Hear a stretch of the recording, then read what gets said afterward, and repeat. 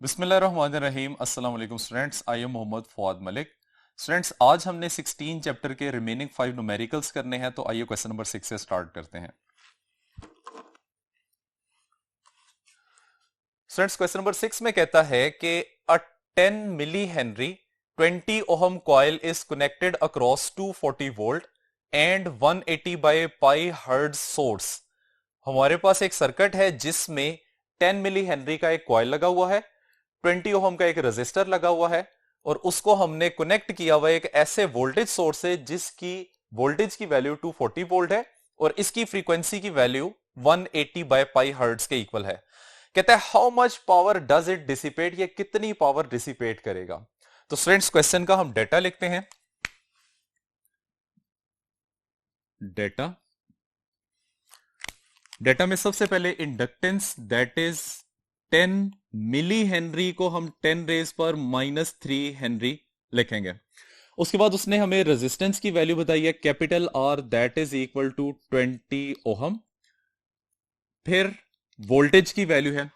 अब students, last lecture में भी हमने ये बात डिस्कस की थी कि जब भी उसने सिंपली वोल्टेज की वैल्यू दी हो जिसके साथ ना तो पीक वोल्टेज लिखा हो, ना मैक्सिमम वोल्टेज लिखा हो, ना ही इंस्टेंटेनियस वोल्टेज लिखा हो, तो उसको हम वी आर एम एस से रिप्रेजेंट करते हैं। तो यहां पे ये वैल्यू बनेगी V R M S that is equal to 240 volt. Then हमारे पास है फ्रीक्वेंसी की value which is 180 divided by pi hertz, और हमने इसमें पावर डिसिपेटेड कैलकुलेट करनी है। तो ये हम लिखेंगे रिक्वायर्ड में, required that is power dissipation हमने कैलकुलेट करनी है। अब स्टूडेंट, सॉल्यूशन स्टार्ट करने से पहले हम जरा क्वेश्चन को देख लें कि हमने इसको किस तरह से लेके चलना है। तो पावर का अगर हम फॉर्मूला लिखें तो that is P is equal to V R M S I R M S cos of theta, जिसमें अगर हम गौर करें तो वी आर एम एस की वैल्यू हमारे पास मौजूद है, आई आर एम एस की वैल्यू को हमने फाइंड करना है और थीटा की वैल्यू को भी हमने फाइंड करना है। अब I R M S find करने के लिए हम फॉर्मूला यूज करेंगे V R M S divided by impedance of the circuit. अब इसमें से वी आर एम एस मेरे पास मौजूद है, Z की वैल्यू यानी कि सर्किट की टोटल इंपिडेंस ये हमें पहले कैलकुलेट करना पड़ेगी, और नेक्स्ट हमने थीटा की वैल्यू फाइंड करनी है with the formula theta is equal to tangent inverse of X L divided by R. तो स्टूडेंट्स, इस तरीके से हम इस क्वेश्चन को लेकर चलेंगे। तो आइए अब क्वेश्चन का सॉल्यूशन स्टार्ट करते हैं। सॉल्यूशन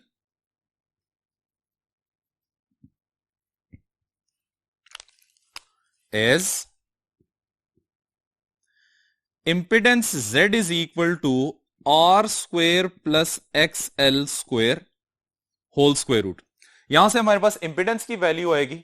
अब एक्सएल की चूंकि हमारे पास वैल्यू नहीं है, हम इसको एक्सपेंड करते हैं तो ये बन जाएगा R square plus 2 pi F L whole square square root. Values put करेंगे अब इसमें, तो आर की वैल्यू है 20 whole square plus 2 pi multiply by frequency की वैल्यू है 180 divided by pi multiply by inductance की वैल्यू है 10 रेज पर -2, और इन तमाम वैल्यूज का आ जाएगा whole square with square root. Expand करते हैं, 20 का स्क्वायर आ जाएगा 400 प्लस इन तमाम वैल्यूज को सिंप्लीफाई करेंगे तो आंसर बनेगा 3.6, जिसका स्क्वायर करेंगे तो आंसर बनेगा 12.96 स्क्वायर रूट, और इसकी कैलकुलेशन के बाद इंपिडेंस का रिजल्ट बनेगा 20.32 ohm. So this is the value of the impedance. अब स्टूडेंट्स, ये इंपिडेंस की वैल्यू हम इस फॉर्मूला में यूज करके आई आर एम एस की वैल्यू को कैलकुलेट करेंगे। Now I R M S that is equal to V R M S divided by Z. V R M S की वैल्यू है 240 डिवाइडेड बाय जेड की value 20.32, और इसको हम simplify करते हैं तो आई आर एम एस की वैल्यू आ जाएगी 11.81 एम्पियर्स। अब स्टूडेंट्स हमने कैलकुलेट करना है थीटा। तो थीटा को कैलकुलेट करने के लिए here theta is equal to tangent inverse of X L divided by R. क्योंकि हमारा सर्किट एक रेजिस्टर और एक इंडक्टर पे मुश्तमिल है, एक्सएल की वैल्यू पुट करेंगे, tangent inverse of 2 pi F into L divided by R, और इसमें वैल्यूज पुट कर दें। So this becomes tangent inverse of 2 pi, frequency की वैल्यू 180 डिवाइड बाय पाई, और इंडक्टेंस की वैल्यू 10 रेज पर -2 डिवाइडेड बाय रेजिस्टेंस की वैल्यू 20। थीटा की वैल्यू यहां से बनेगी टेंजेंट इनवर्स ऑफ, ऊपर वाली वैल्यू को सिंप्लीफाई करेंगे तो आंसर आएगा इसका 3.6 divide by 20 as it is, और इसका रिजल्ट बनेगा 10.2 डिग्री के इक्वल। अब स्टूडेंट्स वो तमाम वैल्यूज जो हमें रिक्वायर थी हमने कैलकुलेट कर ली हैं। अब हम पावर का फॉर्मूला अप्लाई करके पावर डिसिपेशन कैलकुलेट करेंगे। तो P is equal to V R M S I R M S cos of theta. So P is equal to V R M S की value 240 volt, I R M S की value हमने calculate की है 11.81 cos of 10.2 degree. So 240 multiply by 11.81 cos 10.2 degree का answer है 0.98। और अब इन तमाम वैल्यूज को अगर हम मल्टीप्लाई करते हैं तो इसका आंसर बनेगा P इज इक्वल टू 2778, और पावर का यूनिट होता है what. So students this is the value of the power dissipation of the circuit. अब आइए क्वेश्चन नंबर 7 की तरफ चलते हैं। क्वेश्चन नंबर 7 में कहता है find the value of the current flowing through the capacitor 0.5 microfarad when connected to a source of 150 volt at 50 hertz. आपने फ्लो करने वाले करंट की वैल्यू फाइंड करनी है अक्रॉस द कैपेसिटेंस जिसकी वैल्यू 0.5 माइक्रोफैरड है, जब उसको हमने कनेक्ट किया है एक ऐसे सोर्स से जिसकी वोल्टेज की वैल्यू 150 वोल्ट और फ्रीक्वेंसी 50 हर्ट्ज के इक्वल है। तो स्टूडेंट्स क्वेश्चन का सबसे पहले डेटा लिखते हैं। डेटा कैपेसिटेंस C से रिप्रेजेंट किया जाता है विच इज 0.5 माइक्रोफैरड, और इसको हम लिख सकते हैं 5 इंटू 10 रेज पर -7 farad.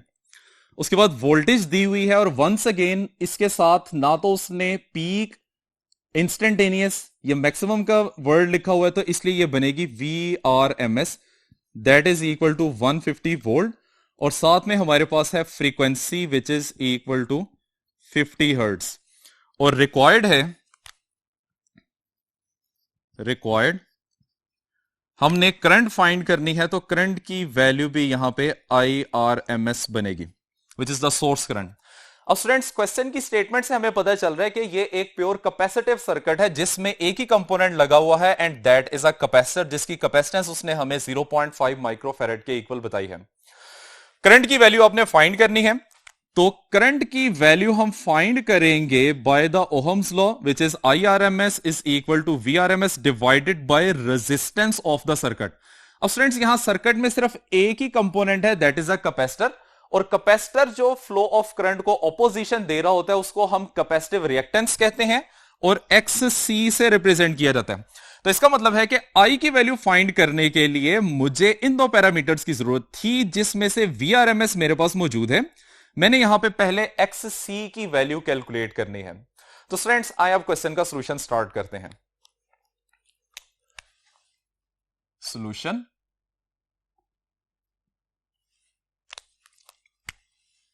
As XC that is equal to 1/2 pi FC। तमाम वैल्यूज मेरे पास मौजूद हैं, इसमें प्लेस कर देते हैं। 2 पाई एज इट इज, फ्रीक्वेंसी की वैल्यू 50 हर्ट्ज, और कैपेसिटेंस 5 इंटू 10 रेज पर -7। इसको सिंप्लीफाई करेंगे तो XC का आंसर आ जाएगा 6369 ohm. So this is the value of the capacitive reactance. अब स्टूडेंट्स इसको हमने यूज करते हुए करंट की वैल्यू फाइंड करनी है। Now IRMS that is equal to VRMS divided by XC, which is 150 divided by 6369, और इन दोनों को हम डिवाइड करेंगे तो IRMS की वैल्यू आ जाएगी 0.024 ampere. So this is the value of the current that is flowing through the capacitor having capacitance 0.5 microfarad। अब आइए स्टूडेंट्स क्वेश्चन नंबर 8 की तरफ चलते हैं।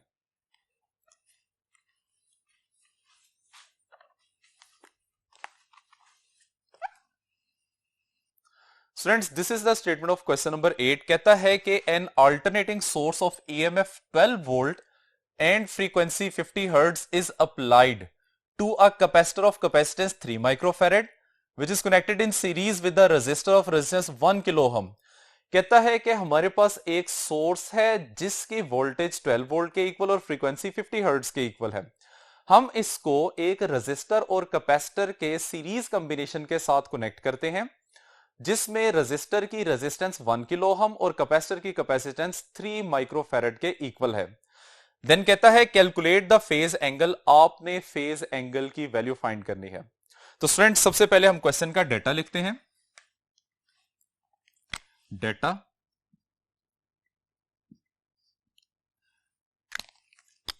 वोल्टेज की वैल्यू आ जाएगी VRMS that is equal to 12 volt. Frequency आ जाएगी 50 हर्ट्ज। कैपेसिटेंस C 3 माइक्रोफैरड है तो 3 into 10⁻⁻6 farad. Resistance capital R that is equal to 1 kilo 10⁻3 ohm के इक्वल आ जाएगी। और फिर कहते हैं कैलकुलेट द फेज एंगल। तो इसको हम लिखते हैं रिक्वायर्ड में कि हमने थीटा फाइंड करना है। सॉल्यूशन। अब स्टूडेंट्स डेटा और क्वेश्चन की स्टेटमेंट से हमें पता चल गया है कि ये एक आरसी सर्किट है और आरसी सर्किट के लिए जब आपने थीटा की वैल्यू फाइंड करनी है तो that is equal to tan inverse of XC divided by R. जहां पे आप XC की वैल्यू पुट करेंगे तो ये रिजल्ट बन जाएगा टेंजेंट इनवर्स ऑफ 1/2πFCR। तो ये वाला फॉर्मूला हम यूज करते हुए यहां पे थीटा की वैल्यू को कैलकुलेट करेंगे। तो स्टूडेंट्स सॉल्यूशन स्टार्ट करते हैं as theta is equal to tangent inverse of, directly relation लिखने लगा हूं 1 divided bye 2πFCR। Values put करते हैं। Tangent inverse of 1 divided by 2π as it is. Frequency की वैल्यू 50 हर्ट्ज। कैपेसिटेंस की वैल्यू 3 इंटू 10⁻⁻6 और रेजिस्टेंस की वैल्यू 1000। स्टूडेंट्स को सिंप्लीफाई करते हैं तो वैल्यू बचेगी 10 inverse of 1 divided by pi multiply bye 0.3 और इन वैल्यूज को सिंप्लीफाई करेंगे तो ये रिजल्ट बनेगा 10 इनवर्स ऑफ 1.06 और इसका जब आप टेंजेंट इनवर्स लेंगे तो थीटा की वैल्यू आ जाएगी 46.7 degree. So this is the value of the phase difference. अब आइए स्टूडेंट्स नेक्स्ट क्वेश्चन की तरफ चलते हैं। This is the statement of question number 9। कहता है what is the resonant frequency of a circuit which includes a coil of inductance 2.5 Henry and the capacitance of 40 microfarad। आपने circuit की resonant frequency find करनी है जिसमें capacitor की capacitance 40 microfarad बताई है और इंडक्टर की इंडक्टेंस 2.5 हेनरी बताई हुई है। तो स्टूडेंट सबसे पहले हम डेटा लिखते हैं। Data inductance capital L that is equal to 2.5 henry. Capacitance C which is equal to 40 micro. Micro को -6 लिखेंगे, फेरेड साथ एज इट इज आ जाएगा। स्टूडेंट्स यहां पे हमने रेजोनेंट फ्रीक्वेंसी फाइंड करनी है तो इसको हम लिखेंगे रिक्वायर्ड एफ आर की वैल्यू हम फाइंड करेंगे। सॉल्यूशन,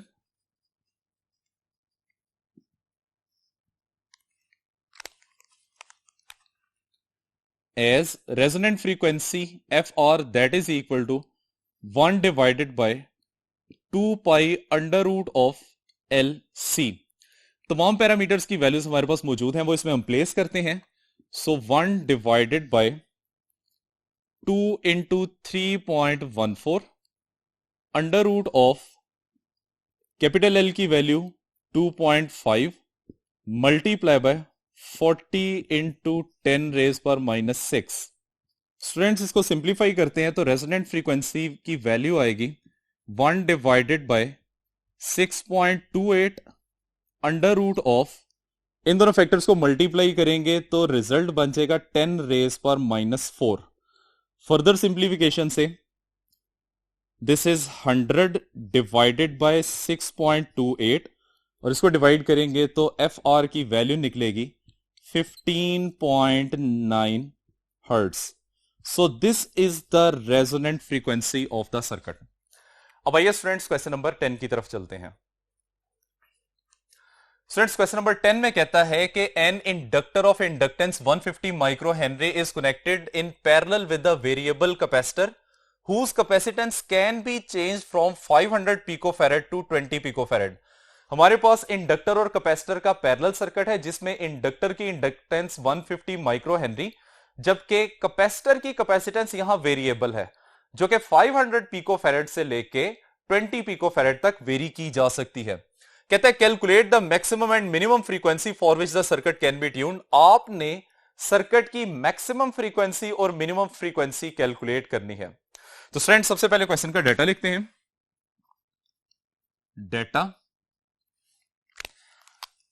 इंडक्टेंस की वैल्यू है 150 माइक्रो आ जाएगा 10⁻⁻⁶ हेनरी। कैपेसिटेंस की हमारे पास दो वैल्यूज हैं, एक C maximum which is 500 pico -12 के इक्वल होता है फेरेड, और C minimum value that is 20 pico farad, तो 20 इंटू 10⁻12 फेरेड के इक्वल आ जाएगा। हमने इसमें मैक्सिमम फ्रीक्वेंसी और मिनिमम फ्रीक्वेंसी को कैलकुलेट करना है तो इसको हम रिक्वायर्ड में लिखेंगे। रिक्वायर्ड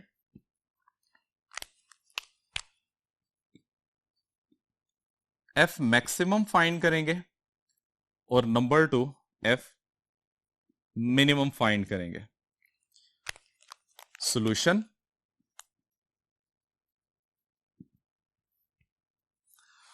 स्टूडेंट्स इसमें एक पॉइंट आपने याद रखना है, फॉर्मूला हम यूज कर रहे हैं F is equal to 1/2 pi under root L C, जिसके मुताबिक F और C का आपस में इनवर्स रिलेशन बनता है।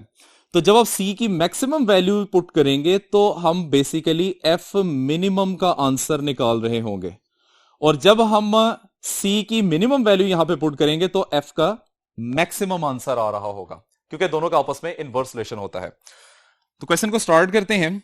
As F maximum that is equal to 1/2 pi under root of L C, और यहां पे C की मिनिमम वैल्यू आएगी। वैल्यूज पुट करते हैं। 1 divided by 2 pi under root of inductance की value that is 150 into 10⁻⁻⁶ multiply by capacitance की minimum value यहां पे 20 पिको फेरेड है, तो ये बनेगा 20 इंटू 10⁻12, और इन तमाम वैल्यूज को सिंप्लीफाई करते हैं तो फ्रीक्वेंसी की मैक्सिमम वैल्यू आ जाएगी 2.91 10⁻6 हर्ट्ज, और इसको हम लिख सकते हैं 2.91 megahertz. So this is the maximum value of the frequency जो कि आप इस सर्किट से हासिल कर सकते हैं। अब हम मिनिमम फ्रीक्वेंसी को कैलकुलेट करते हैं। So F minimum that is equal to 1/2 pi under root of L C की, अब एफ की हमने मिनिमम वैल्यू फाइंड करनी है तो सी की हम यहां पे मैक्सिमम वैल्यू पुट करेंगे। F minimum that is equal to 1/2 2 pi under root of, inductance same है 150 माइक्रो हेनरी, और कैपेसिटेंस की वैल्यू आ जाएगी 500 इंटू 10⁻⁻12। और इन तमाम वैल्यूज को सिंप्लीफाई करते हैं तो एफ मिनिमम की वैल्यू बनेगी 0.58 10⁻6 हर्ट्ज, और एफ मिनिमम यहां से आ जाएगा 0.58 मेगाहर्ट्ज। तो स्टूडेंट्स, ये हमारे पास मिनिमम फ्रीक्वेंसी की भी वैल्यू आ जाती है। यहां तक है हमारा आज का लेक्चर। उम्मीद करते हैं कि आपको समझ आ गया होगा। इजाजत चाहते हैं, अल्लाह हाफिज।